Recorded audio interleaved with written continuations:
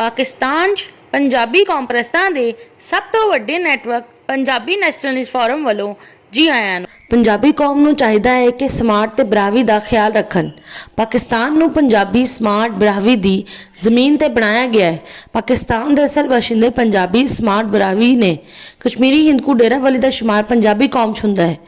पाकिस्तान के क्याम तो लैके पंजाबी ने उर्दू बोलन वाले हिंदुस्तानी मुहाजरां नूं पाकिस्तान की इस्टैबलिशमेंट ब्यूरोक्रेसी फॉरन अफेयर्स सियासत सहाफत सरकारी नौकरियां ते दीगर शोबे जिंदगी च बालादस्ती कायम करन च हमेशा मदद की है, जो कि पाकिस्तान की स्मार्ट ते बराबरी कौमां दे नाल जुल्म ते ज्यादती सी। बल्कि पाकिस्तान की दीगर कौमां गिलगिती बल्तिस्तानी कोहिस्तानी चित्राली सवाती गुजराती राजस्थानी दे नाल भी जुल्म ते ज्यादती सी।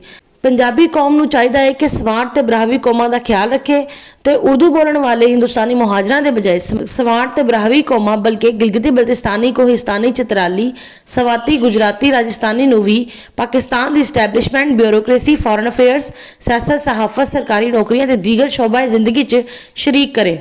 बलोचिस्तान के असल बाशिंदे बरावी ने कर्दिस्तानी जो अपने आप नूं बलोच कहलवाते हैं वह बलोच नहीं कर्दिस्तानी ने, जो कर्दिस्तान तो ईरान तो आके बरावी कौम की जमीन ते काबिज होए। सिंध के असल बाशिंदे स्मार्ट ने, सिंध च रहने वाले बलोच असल च कर्दिस्तानी ने। खैबर पख्तूनख्वा के असल बाशिंदे हिंदकू पंजाबी ने, खैबर पख्तूनख्वा च रहने वाले पंजाबियों नूं हिंदकू कहा जाता है। पश्तो बोलने वाले अफगानी ने, जो अफगानिस्तान तो आके हिंदकू पंजाबी की जमीन ते काबिज होए।